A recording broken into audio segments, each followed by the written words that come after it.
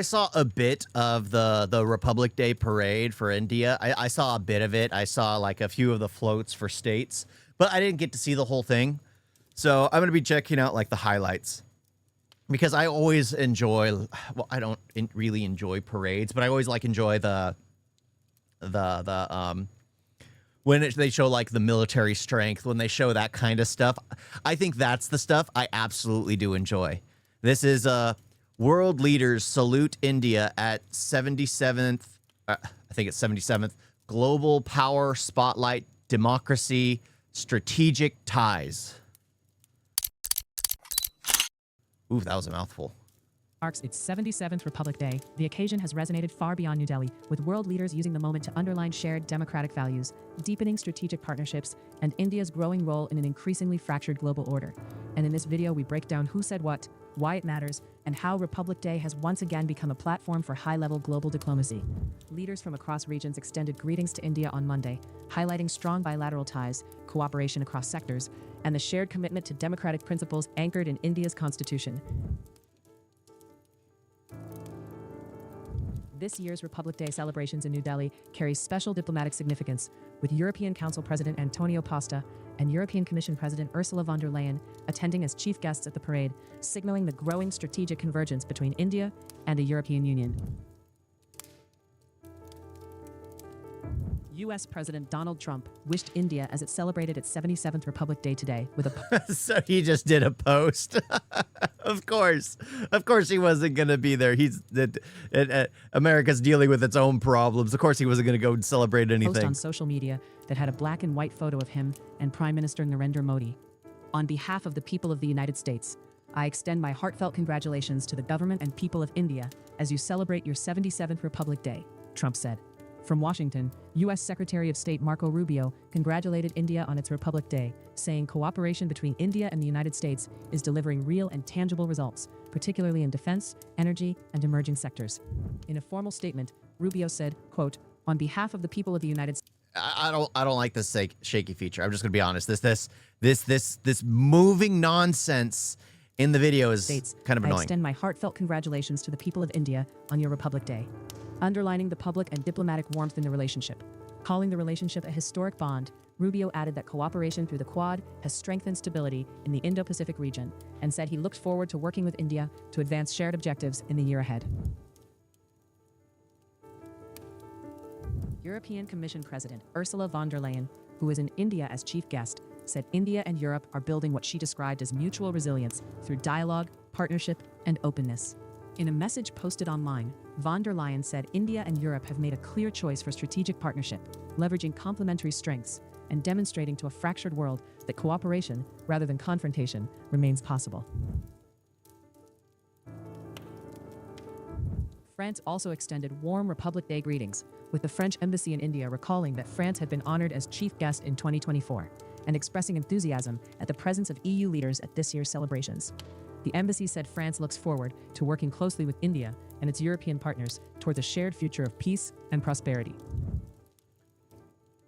Building ties is important, especially between world leaders. It's something that's absolutely necessary. It's always funny because us people will never actually truly know what goes on behind the doors, what the leaders actually think, because the people will always think one thing, and then they find out that their leaders end up doing something completely different out of like nowhere.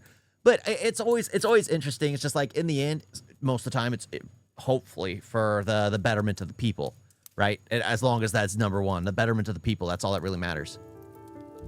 From Beijing, Chinese President Xi Jinping sent Republic Day greetings to President Draupadi Murmu, describing India and China as good neighbors, friends, and partners, according to China's state media.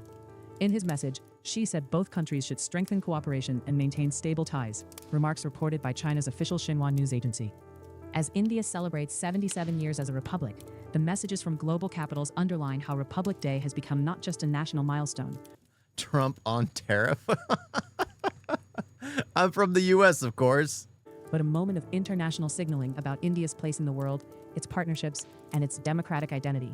For more explainers, updates, and in-depth global coverage, subscribe to the Indian Express and stay informed as the world responds to India's rising global role. Oh my gosh. Yeah.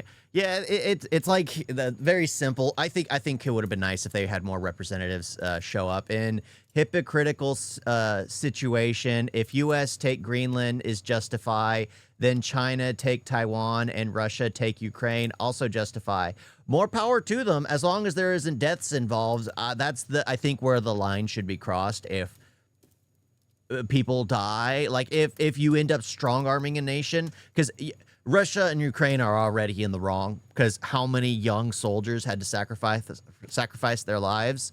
It's different if you basically strong arm someone into capitulating yet no one dies. Yes, it's a bully tactic, but it's not the same kind of manslaughter that goes on through war. Yes, it is rude. Yes, it is. You're basically belittling someone smaller than you. You're being a bully. But at the same time, you're not being a criminal who's literally knifing someone and taking all their stuff. There is definitely something different. Deaths are definitely involved. I mean, I don't know. I haven't heard of anything going on in Greenland that involves deaths. But yeah, yeah.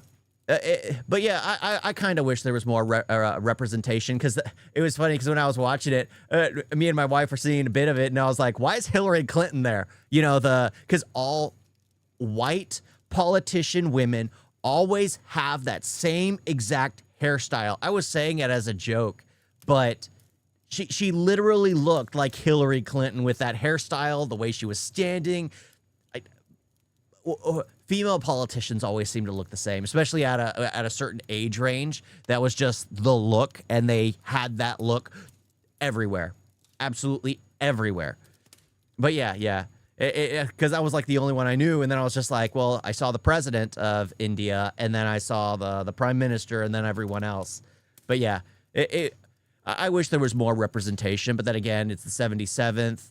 Odds are it won't have that many visitors until it hits the 80th. Yeah, 80th. That's a big milestone. The boycott, yes, because I saw it and I was just like, this is why? But yeah, that it's the boycott. I mean, it's good that there was someone there. It's good, but you want more. You want more. And it's always weird when you know, like, nations aren't close because there's always, like, turmoil, yet they'll still send, like, a loving message how they need to work together, and it's just like, okay, maybe they know something I don't. But then again, they're the political leaders. They know if they like the person or they know they're going to do ties with them or not. I mean, I don't know. Every other country do all of that. In average American are just believe they're the only one with moral high ground. No, I don't believe Americans believe they have the moral high ground. It's just, again, you have to have pride in your nation no matter what. Like again, I'm glad when the Operation Sindoor happened. I mean, my wife was in India at the time listening to the strikes happening above her head. It's like as the drones were being shot down. And it's just like, yeah, you guys need to be, I mean, that's a strong moment where you guys do a precision strike. You target exactly what you needed to do. And it just showed the world power. It shows the world that your strength. And then it's just like, that's just the thing. That's just the thing.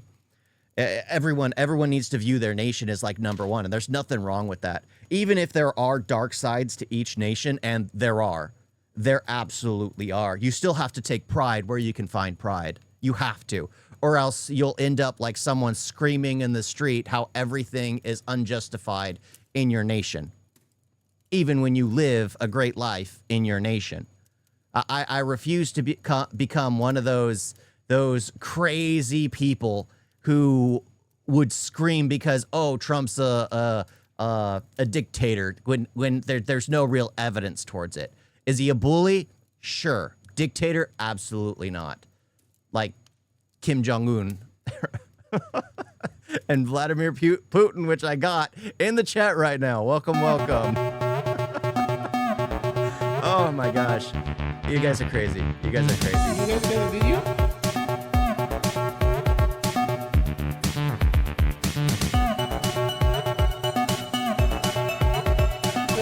So bad. don't forget to like and subscribe. Why is it like that?